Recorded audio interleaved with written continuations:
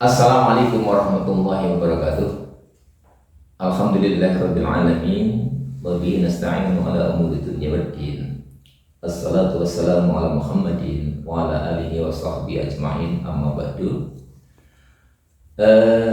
Pemirsa ngaji sore SMK Muhammadiyah 3 Dolopo. Sore ini bersama kita ketemu kembali dengan tema jelang Idul Fitri, ataupun juga bagaimana sikap kita sebagai seorang muslim ketika kita menghadapi Idul Fitri. Para pemirsa yang dirahmati Allah, ada tentu banyak hal yang terkait dengan masalah ini. Kalau mungkin penjenengan sudah melaksanakan sebagai seorang mukmin untuk memenuhi kewajiban membayar zakat fitrah, tentu saat sekarang ini kita harus lebih intens lagi ketika sisa-sisa waktu yang ada sampai nanti pada saatnya tiba sholat Idul Fitri yang akan kita tunaikan. Kita sudah tidak lagi memiliki satu ganjaran apapun kecuali hanya satu, untuk senantiasa kita berupaya untuk memperbanyak amalan-amalan yang nanti akan bisa kita dapatkan sebagai investasi kita tatkala kita nanti akan hadir keharibaan Allah Subhanahu wa Ta'ala. Mungkin sementara ini penjenengan para pemirsa ada yang begitu antusiasmenya di 10 hari yang terakhir dalam bulan suci Ramadan ini, mengencangkan ikat pinggangnya, kemudian dia akan bertakarub kepada Allah, menjauhi segala hiruk pikuk terkait dengan masalah keduniawian, saat mana orang-orang yang begitu terlena atas apa yang telah Allah janjikan untuk kita. Di situ ada satu keistimewaan yang Allah berikan, satu malam yang lebih baik daripada 1000 bulan. Dia adalah malam Lailatul Qadar. Mudah-mudahan para pemirsa mendapatkan itu. Karena apa? Yang harus perlu untuk kita sikapi ketika kita menjelang sholat Id atau menjelang 1 Syawal ini, kita dapati ada banyak masjid mushola, para takmir-takmirnya itu banyak yang kehilangan jamaah. Kenapa? Banyak orang-orang hilang dari masjidnya, dari musholanya, tapi lebih padat di pusat-pusat perbelanjaannya. Ini yang tidak kita inginkan. Karena itulah maka para pemirsa yang dirahmati Allah, apakah nggak boleh kita ketika nanti pada hari raya itu mengenakan pakaian yang lebih baik? Boleh, dan itu sangat-sangat dianjurkan di dalam Islam.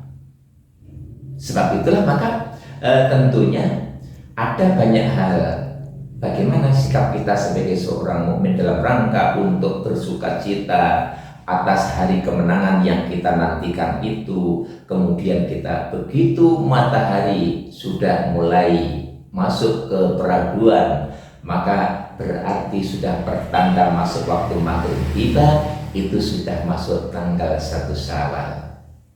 Lantas biasanya nanti kita saling bersahut-sahutan antara satu masjid dengan masjid yang lain, antara satu tempat dengan tempat yang lain, untuk saling bersahut-sahutan mengumandangkan kalimat-kalimat thayyibah, bacaan-bacaan takbir.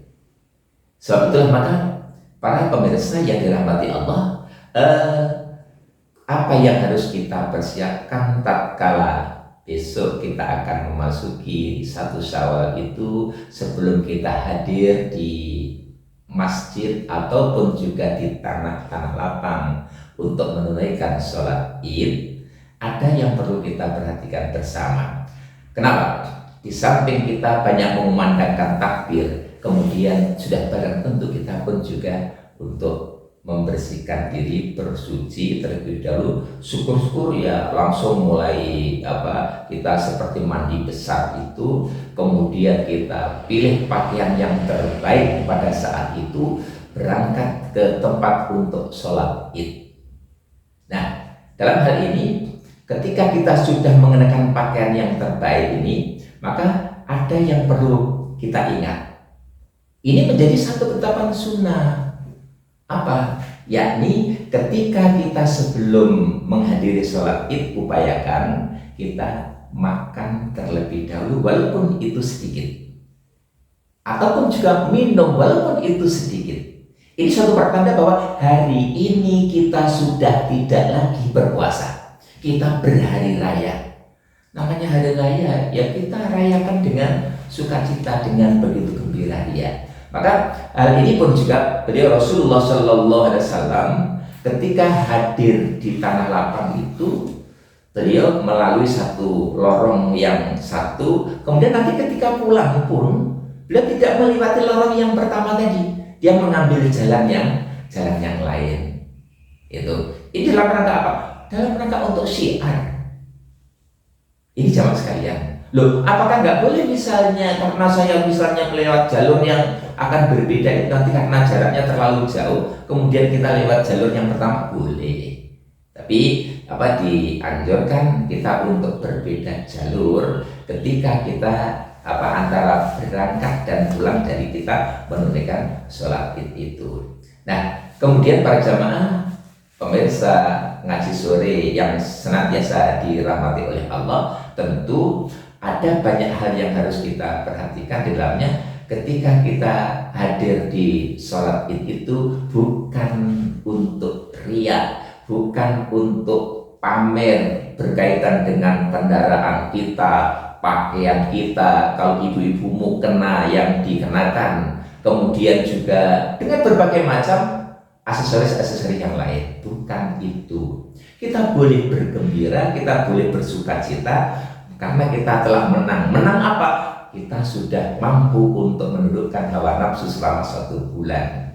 Dan ini durasinya adalah nanti untuk memiliki kita mampu mengendalikan emosional kita, hawa nafsu kita itu adalah untuk jeda jangka waktu sampai dengan 11 bulan berikutnya. Karena kita kan nggak pernah tahu bahwasanya apakah nanti Allah masih mempertemukan kita dengan Ramadan yang akan datang. Kita kan nggak pernah tahu, tapi kita tetap memiliki satu pengharapan itu jamaah sekalian. Oleh karenanya mari dalam mensikapi kondisi ini bersama-sama kita mengikuti bagaimana sih tuntunan Rasulullah SAW untuk merayakan Idul Fitri itu bukan untuk saling pamer atas kekayaan dan juga harta milik kita, akan tapi kita tetap memakai pakaian yang indah, pakaian yang terbaik yang kita miliki dengan penuh ketawaduan. Dan yang lebih penting lagi adalah jangan sampai nanti akhirnya menjadi fitnah, akhirnya menjadi bahan gunjingan bagi saudara-saudara yang lain. Itu sama sekalian. Mudah-mudahan Allah senantiasa menuntun kita kepada jalan yang diridhoi. Akhirnya mudah-mudahan kita semuanya, puasa kita, sholat kita, dan seluruh amal ibadah kita diijabah oleh Allah Ta'ala. Terima kasih. Assalamualaikum warahmatullahi wabarakatuh.